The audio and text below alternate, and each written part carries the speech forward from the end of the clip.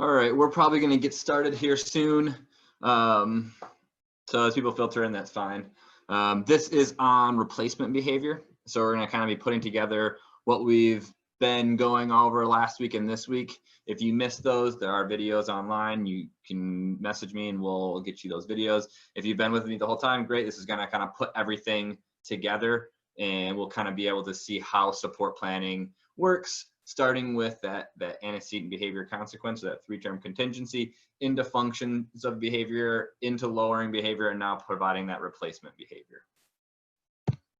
So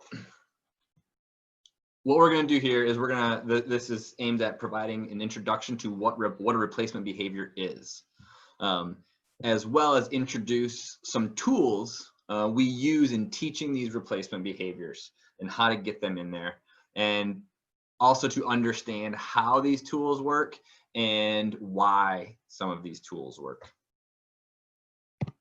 So kind of by the end of the session, we'll kind of understand why replacement behaviors work within interventions. We'll be able to diagram out a behavior intervention plan. And this course will hopefully provide you with a basis for a complete behavior change program. So we should start from the beginning, and by the end, we'll be able to completely build a behavioral change program. We'll introduce specific tools, a couple, not an extensive list, but we'll introduce a couple tools and kind of establish those communication on principles of applied behavior analysis. That help because it can be a very dense terminology field. So review, we've gone through this a bunch of times, just the antecedent behavior consequence. That's kind of that building block or the intro, where if we're looking at a behavior, we want to see what that antecedent was or what triggered that behavior, and then what the consequence was, what's maintaining that behavior, or why is that behavior still happening? It's because of that consequence. And remember, that consequence can be good or bad. It doesn't mean necessarily bad. It just means a result of that behavior. So why we're engaging in that behavior. And we're engaging in that behavior based on one of those four functions, whether our behavior is trying to get us attention or tangible items, or we're trying to escape or avoid something we don't like, or we're trying to access some kind of sensory feeling that we do like. So all of our behaviors are kind of us and our clients and our kids accessing one or a combination of these four things. And what we do is we use those antecedent and those consequences to try to lower behavior. So we can do antecedent-based interventions where we're modifying something before the behavior happens, which can effectively lower that behavior, but it usually doesn't change it. We just kind of avoid it, or we set the students up or our clients up for success. But we're not actively changing that behavior because we're not teaching anything new. We're just kind of avoiding that behavior. And then consequence-based interventions, it's something that happens after the behavior occurs. So you're changing that consequence, that result of that behavior.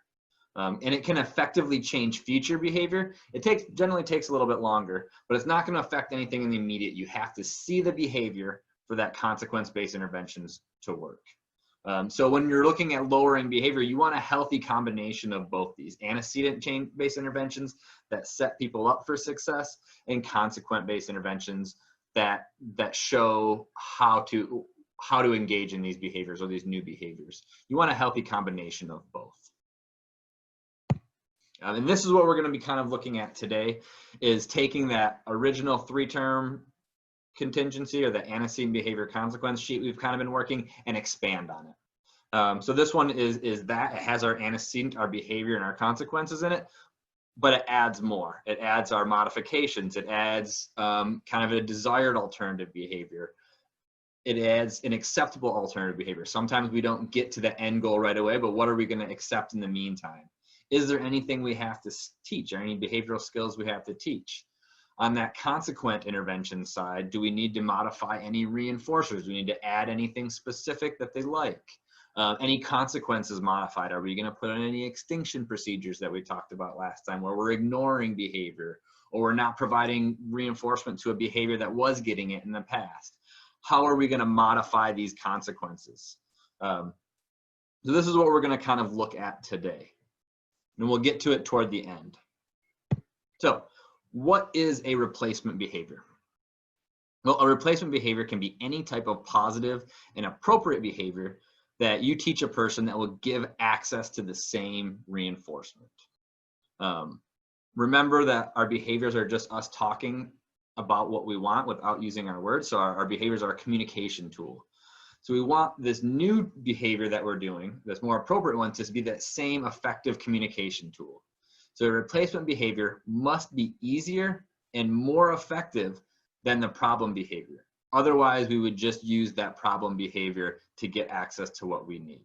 So when we're looking at a replacement behavior, we want to understand what the function of the old behavior was and what those consequences are, and put a new behavior in that meets those same consequences, at least initially. And we can talk about how we're gonna do that as we go.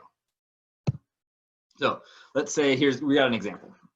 Albert does not like to wear a dirty shirt. He will rip his shirt if he doesn't get a clean shirt after lunch or a messy art project. So we have a behavior, we don't want him ripping shirts and destroying shirts. So we want to put a replacement behavior in there. We don't just want to punish or put on consequences for ripping his shirt. We want to teach him an appropriate way to tell us he doesn't like being messy. So a replacement behavior would be Albert will ask for a clean shirt, or he'll ask for a paint shirt to put over his shirt.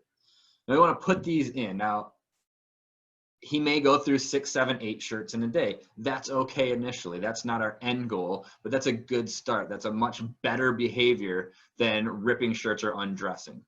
We want to put in at least a temporary fix that is appropriate in nature, and then we can get to what that end goal is.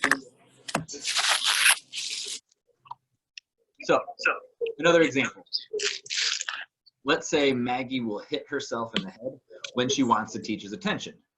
And since she suffers from aphasia, or she cannot use her voice to get the teacher aide's attention, she has learned a way to do it, her communication tool. So our replacement behavior is Maggie has a red flag that she can fix to the tray of her wheelchair. And if she needs the teacher's attention, she can just put the flag up.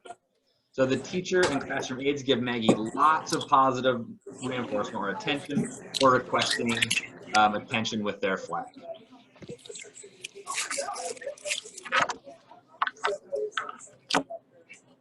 So what we want to do is provide lots and lots of attention for that flag, over attention, at least initially, to teach this is how you get appropriate attention.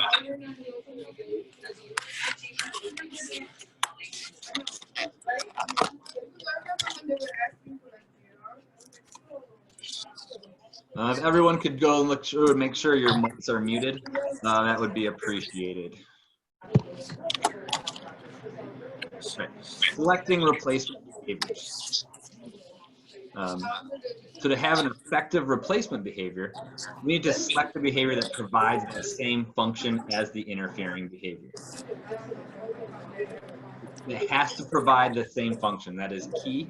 Otherwise, they're going to continue to use their behavior to communicate what they need. So remember, those functions are tangible, escape, attention, or sensory. We want to make sure that that new behavior we're reinforcing gets them access to that same function.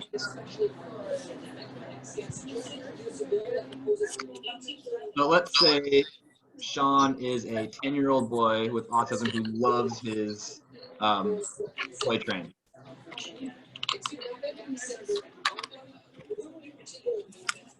His friend came up and took the toy. He began yelling loudly and hitting himself. As part of his behavior plan, when he gets mad, he is supposed to sit down and take breaths. Is this a good replacement behavior for getting mad about access to a toy?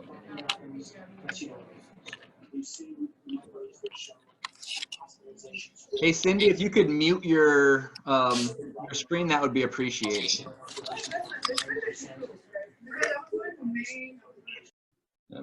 So, sitting down and taking breaths is a great behavior. However, it probably doesn't give him access to that toy unless you make it contingent, or by sitting down and taking breaths, he can get the toy back.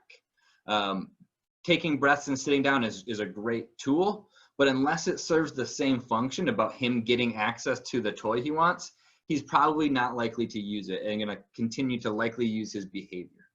So we want to make sure when we provide a replacement behavior, it meets that same behavioral need as the original behavior.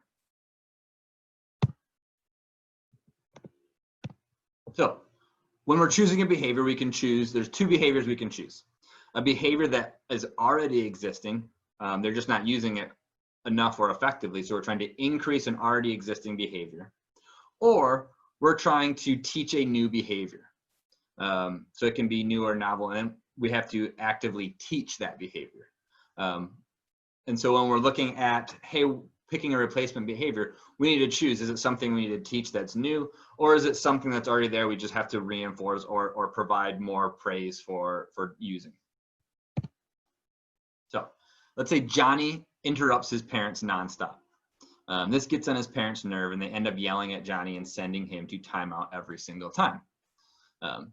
Johnny's mom decides to require him to say, "Excuse me," one time and then wait to be addressed. When he interrupts, his parents ignore him. They withhold their attention, that extinction. When Johnny says, "Excuse me," his parents look at him and talk to him. They give reinforcement for saying, "Excuse me." Over time, they can increase how long Johnny needs to wait for his turn to talk. Instead of punishing Johnny for interrupting, differential reinforcement can help it decrease while simultaneously increasing a desired alternative. So punishment contingencies, or we talked about some different ways to lower behavior, can be helpful. However, that differential reinforcement or providing a new behavior can be one of the best ways to reduce behavior.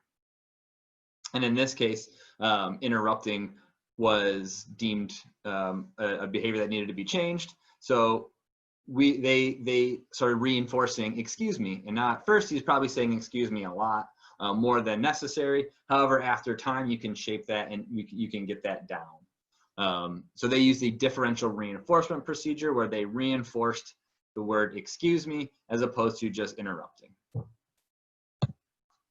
So for it to be differential reinforcement, it needs two things: access to a reinforcement of the new behavior. So the new behavior, the desired behavior, has to be reinforced with the access to that same function as the old one. And the old behavior, or the behavior we don't want to see anymore, needs to be put on extinction, or we need to not let it get access to that reinforcement. If it's attention, we need to ignore. If it's a tangible item, we need to make sure they don't get access to that tangible item until they do that new behavior. We want to make sure when they do those new behaviors, we give them lots of reinforcement initially, when then eventually we can pare it down. And that old behavior can't get any reinforcement. Otherwise, it'll continue to work, and we don't want it to work. We want the new behavior to work, not the old behavior. So let's say Julie pulls strands of hair out of her head when she is completing independent work. Her teacher decides to use a DRO, or differential reinforcement of other behaviors, in order to reinforce the absence of pulling her hair. So using this procedure, the teacher sets a timer for 3 minutes on Julie's desk. If Julie does not pull her hair for the entire 3 minutes, she is then reinforced. If Julie does pull her hair, she is not reinforced and the timer is reset. So we're reinforcing every other behavior except pulling hair, of doing work, of sitting there, even sometimes bad behaviors, as long as they're not that target behavior of pulling hair, because that's the behavior we want to eliminate. So we're going to reinforce every other behavior except that pulling hair in that 3 minutes, and see if over time we can get the pulling of the hair low or out of their behavioral repertoire entirely. So example 2.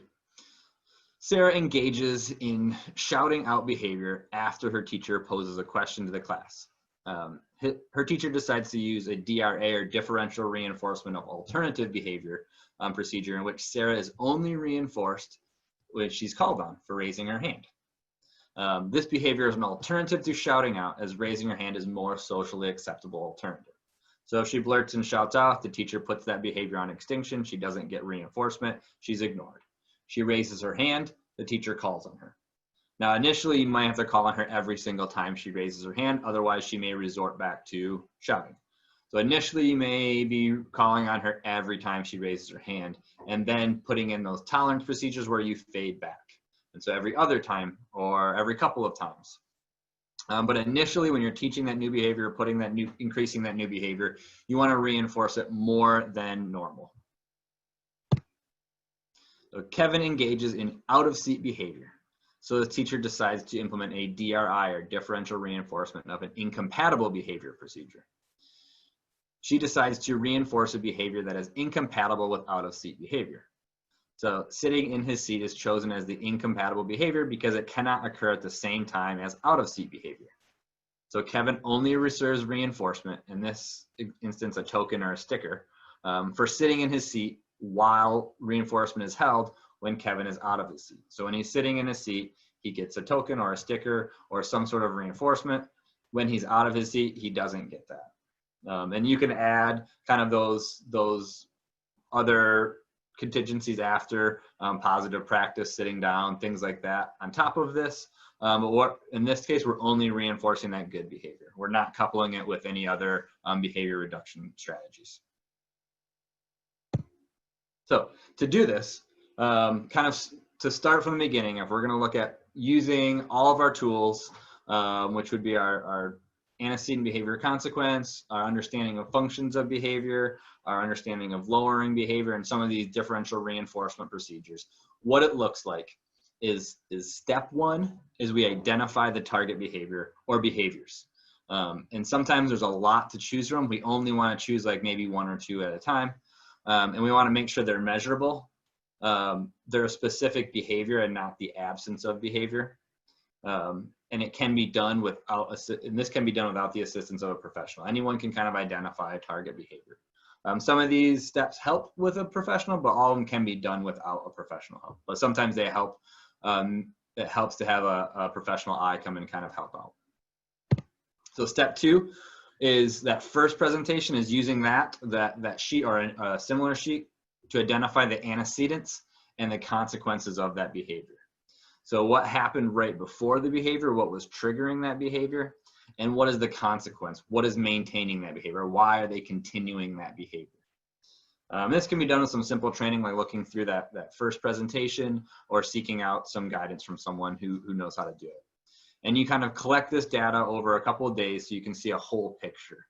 You don't just want one instance of it. You usually want multiple instances to kind of look at a pattern. And then step three is based on that. We create a hypothesis for that function, or why are they doing it? So we look at the data. You can get help from a BCBA or any trained professional to kind of ensure accuracy.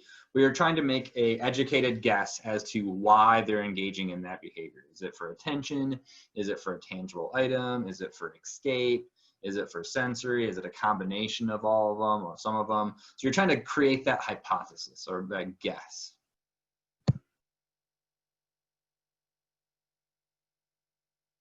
And then we want to determine our replacement behavior. So you can test it if you want in between these two steps, if you want to test your hypothesis, but you don't need to. You can create a behavior intervention based off your hypothesis. And you want to determine a behavior that you would like to see that gets them access to that same thing.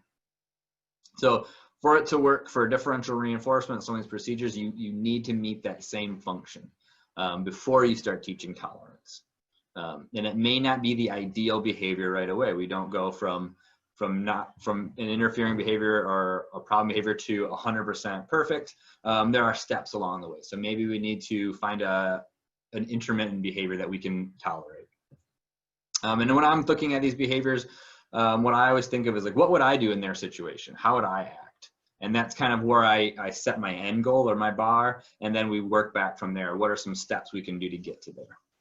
And this can be done without the assistance of a BCBA or a trained professional, but they're very helpful in figuring out what are those behaviors you like to see and how is that going to meet that same function or that same reason. How are they going to get that same consequence out of this new behavior? And then step 5, put a reinforcement system in place. How are you going to teach that new behavior? What are they going to get out of using this new behavior? And at first we want to reinforce at a higher rate or a really high rate than is normal, because we want them to use that behavior and use it often. Usually we want to reinforce after every instance of a new behavior, even if they're getting a lot of reinforcement. They're getting the iPad all the time. They're getting some treats. They're getting a ton of attention. We want to get them extra reinforcement initially. And we want to make sure any tangible or anything we're giving them as a reinforcer, we're pairing our praise and giving them high fives and making it fun and making them feel good about using this new behavior. You can use tokens or star charts. Sometimes you have to teach that initially. There's lots of tools on how to put a reinforcement system in place, and professionals, teachers, behavioral therapists, BCBAs, mental health practitioners, all these people can help build these systems if you need some help.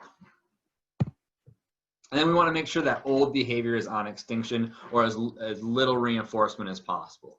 We don't want to give into that old behavior unless it becomes dangerous. And we want to wait out any anticipated extinction bursts. Remember, it's going to get worse before it gets better. We want to make sure we're waiting it out. If we go into a room and we go to turn the light on and the light doesn't work, we flick that light switch 6 or 7 times before we realize it's not going to work. Our kids are the same way. They're going to use their old behavior a bunch of times before they realize it's not going to work, and then use the new behavior. So we want to prompt them to use that new behavior to get them access to that reinforcer or what they want.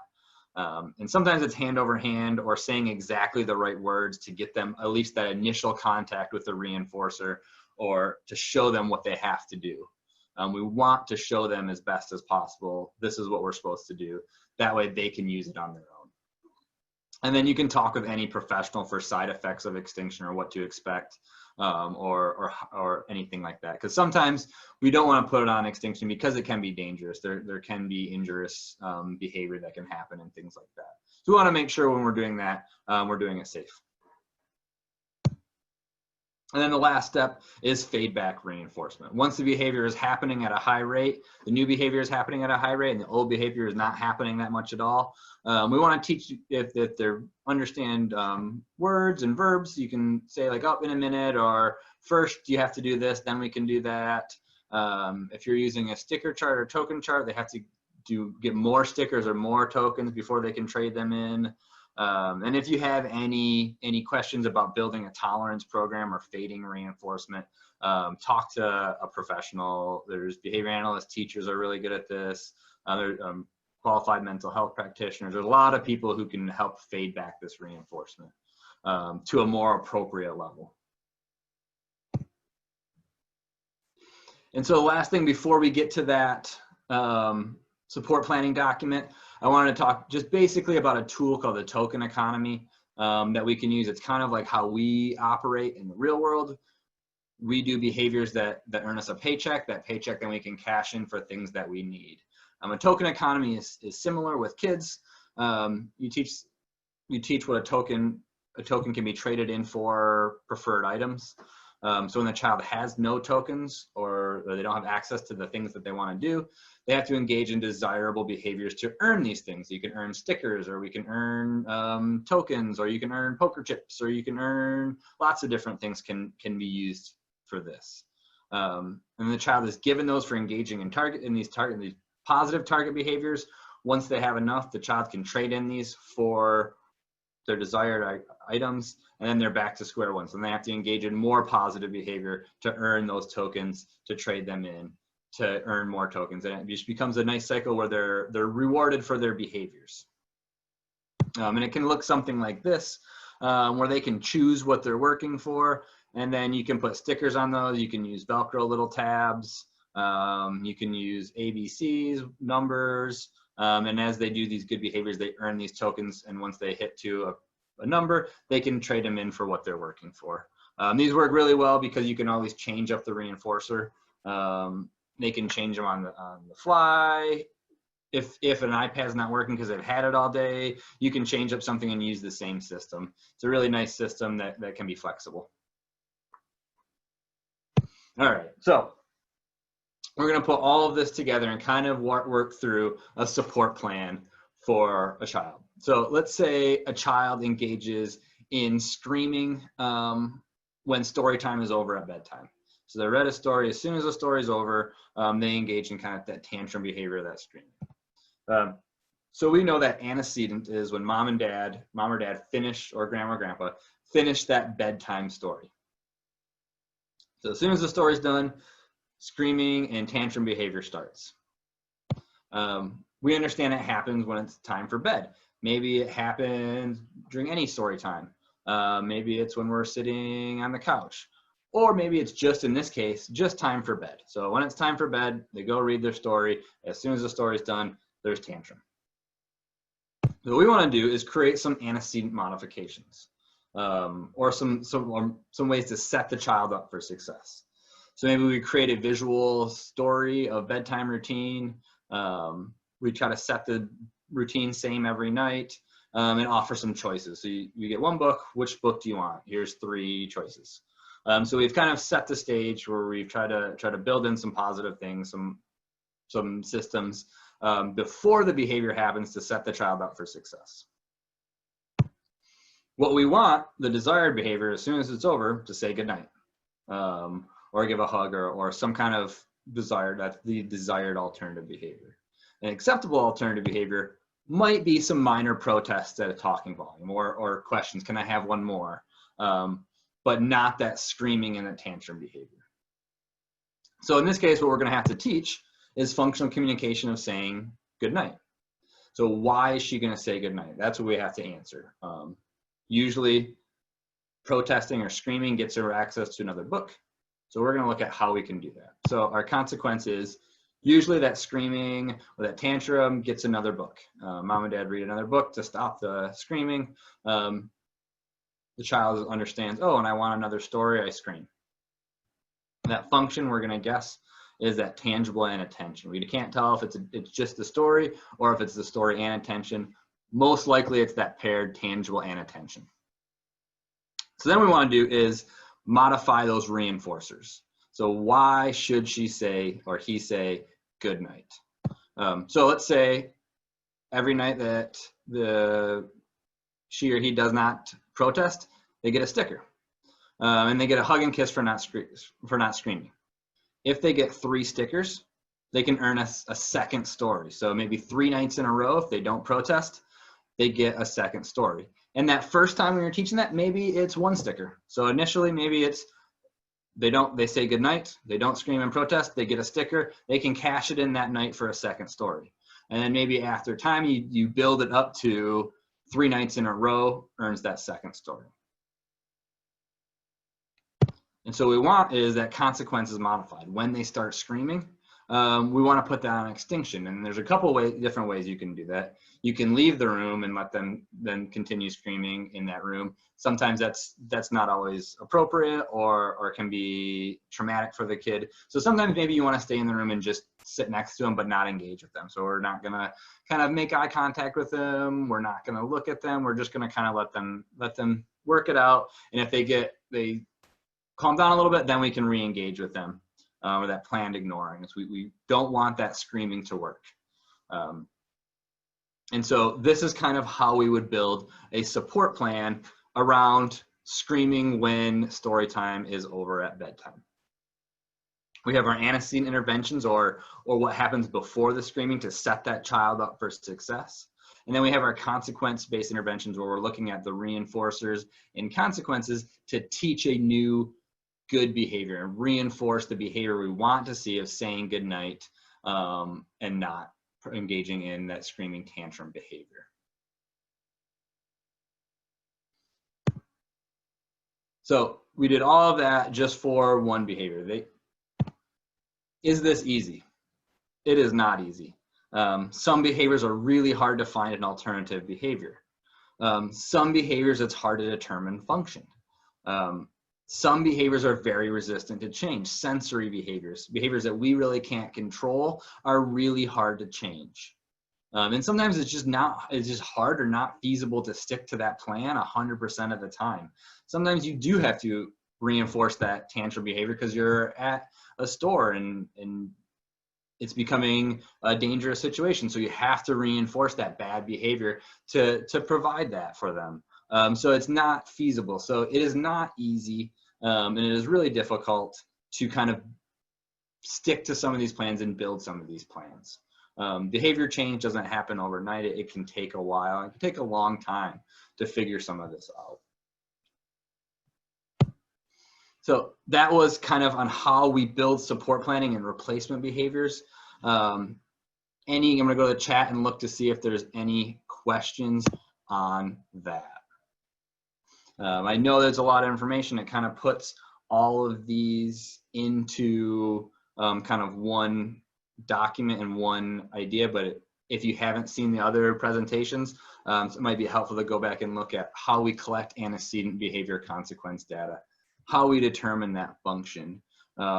If we want to add something to lower behavior, how do we do it with extinction and planned ignoring and some of those timeout from reinforcement procedures, those positive practice, some of those other consequences that we want to put in.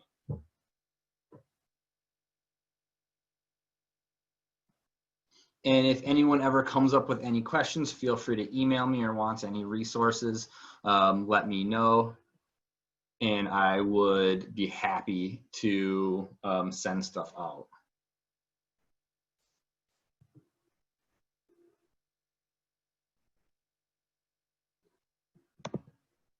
I will look for, I will have our company send out an email when they send out the slides, and they can send out the links to the YouTube videos. It's on our YouTube site, and it has there's 4 presentations that has them on our YouTube channel. Yep, there it is. Thanks, Liz, for putting up our YouTube channel. It has the webinars from Tuesday, which was the 3-term contingency, antecedent behavior and consequences, how to look at that data. Thursday was functions of behavior and how to look at using that first data to build those functions. And then this past Tuesday was looking at how to lower behaviors and how to build extinction in, how to use some simple kind of punishment contingencies. Remember, when we say punishment, we just mean lowering behavior. It's not necessarily a bad thing. It just means the behavior is lowered. And then today was putting it all together with replacement behavior and building those packages. And if you come up with a question later and you want to email me, I will be happy to answer any questions via email if you can.